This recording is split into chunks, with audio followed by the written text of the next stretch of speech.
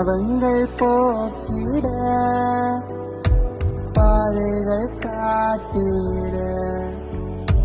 மண்ணிலே மனித உருவாக நேசர் பிறந்தாரே தாழ்மையை அவரும் அறிந்திட ஏழ்மை தோலம் ஏற்றாரே தேவகுமாரன்